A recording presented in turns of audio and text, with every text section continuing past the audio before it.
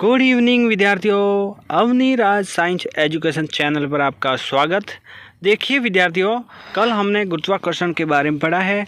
आज हम नया टॉपिक लेके आए हैं, वो है आर्किमिडीज का सिद्धांत। परीक्षा की दृष्टि से बहुत ही इम्पोर्टेंट है विद्यार्थियों, और यह मैंने 9th क्लास से टॉपिक लिया है जो NCERT आधारित है। अगर आप मेरे वीडियो पर नए हो तो वीडियो को लाइक करें, साथ ही बेल आइकन को प्रेस करें और चैनल को सब्सक्राइब करें ताकि इसकी हर वीडियो की अपडेट आपको समय पर मिलती रहेंगे। स्टार्ट करते हैं आज का टॉपिक क्रियाकलाप के साथ। देखिए विद्यार्थियों, आर्किमिडीज का सिद्धांत। एक पत्थर का टुकड़ा लेना है और इसे कमानीदार तुला या रबड़ की डोरी से एक सिरे से बांधना है। पत्थर का टुकड़ा लेंगे अपन, मान लीजिए पत्थर का टुकड़ा, और इसे कमानीदार सिरे से बांधना है। तुला या डोरी को पकड़कर पत्थर को लटकाइए चित्र के अनुसार। यहाँ मैंने नीचे दिखाया हुआ है, देखिए यहाँ पे चित्र के दिखाया हुआ है। फिर क्या करना है, इसको पत्थर के भार के कारण ही रबड़ की डोरी की लंबाई में क्या वृद्धि या कमानीदार तुला के पाठ्यांक में नोट कीजिए। अब इसका पाठ्यांक है वो नोट करना है लटका के।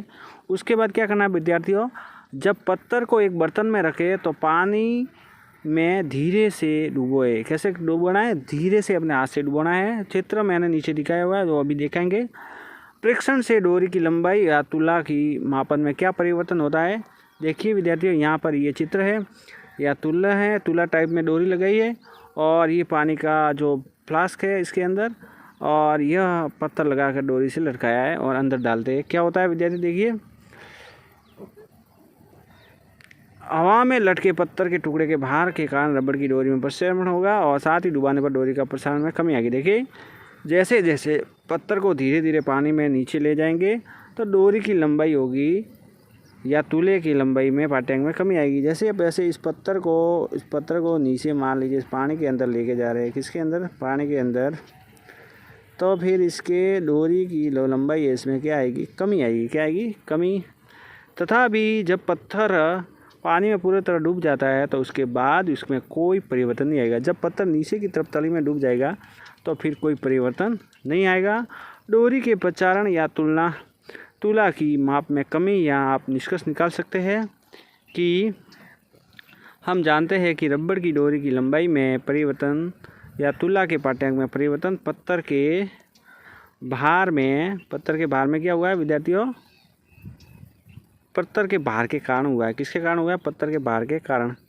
क्योंकि पत्थर को पानी में डुबोने पर इनकी वृद्धि में क्या आएगी? कमी आ जाएगी। पत्थर को जैसे अपन पानी में डूबेंगे तो इसकी वृद्धि में क्या आ जाएगी? कमी। इसका अर्थ ये हुआ कि पत्थर की ऊपर दिशा में एक बल लगता है। क्या लगता है? ऊपर की दिशा में बल लगता है, जिसे हम उत्प्लावन बल कैसे? कौन सा बल?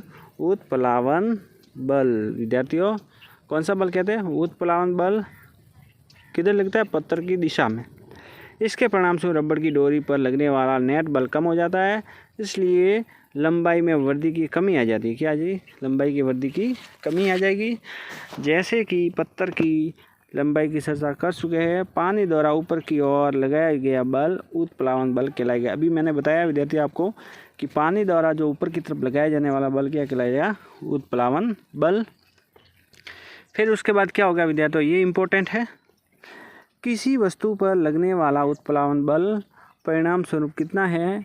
किसी एक वस्तु के लिए सभी तरलों में ये समान होगा। कौन? उत्प्लावन बल। किसी दिए गए तरल में सभी वस्तुओं पर समान उत्प्लावन बल अनुभव करती है।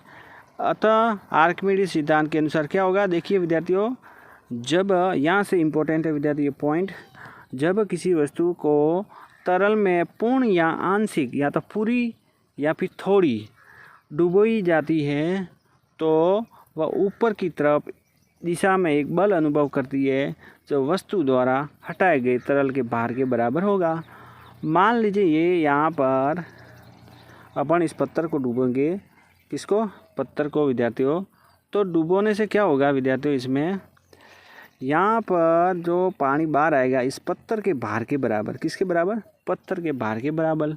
यही उत्प्लावन बल है। यही इसमें कहा है कि किसी वस्तु को तरल या में पूर्ण या आंशिक डुबोया जाए तो ऊपर की ओर एक दिशा में बल अनुभव करती है जो वस्तु द्वारा हटाए गए तरल के भार के बराबर होता है।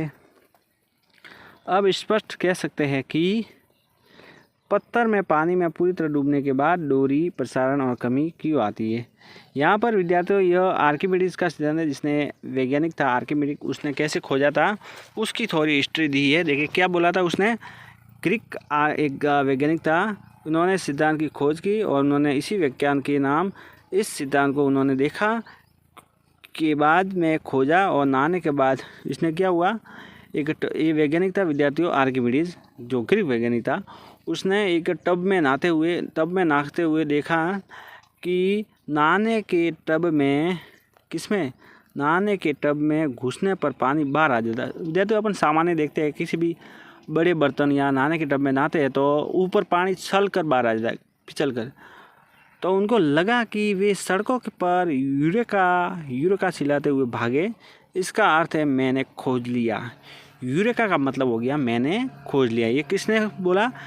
आर्किमिडीज ने। और इन्होंने राजा के मुकुट में उपयोग करते हुए सोने की शुद्धता मापने में किया। किसका? इस सिद्धांत का उपयोग। तो विद्यार्थियों इसने फिर क्या देखा कि यह आर्किमिडीज का सिद्धांत है और इसमें फिर उसने यांत्रिकी और ज्यामिति के लिए भी कार्य किए। किसने? आर्किमिडीज ने। और सारी उत्तलोत्तक और घृणी पहिए और धुरी के विषय में भी उन्हें ग्रीक सेना के रोमन के लिए विरुद्ध लड़ाई में भी सहायता की। किसने? आर्किमिडीज।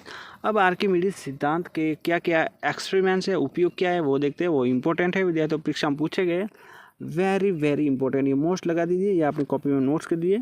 आर्किमिडीज सिद्धांत के अनुसार अनुप्रयोग क्या है? तो जलयानों पनडुब्बियों के डिजाइन बनाने में काम आता है। कौन सा सिद्धांत? आर्किमिडीज का सिद्धांत। जितने भी जहाज है बड़े बड़े जलयान, उनके लिए आर्किमिडीज का सिद्धांत कार्य करता है। साथ ही दुग्धमापी, जो दूध के किसी भी नमूने की शुद्धता का जांच करने के लिए प्रयुक्त किया जाता है। और हाइड्रोमीटर, जो द्रवों की घनत्व को मापने में कार्य करता है। कौन? हाइड्रोमीटर। हाइग्रोमीटर होता है वो विद्यार्थियों आर्द्रता मापता है, लेकिन ये हाइड्रोमीटर है जो कि द्रव के घनत्व को मापता है, डेंसिटी को मापता है।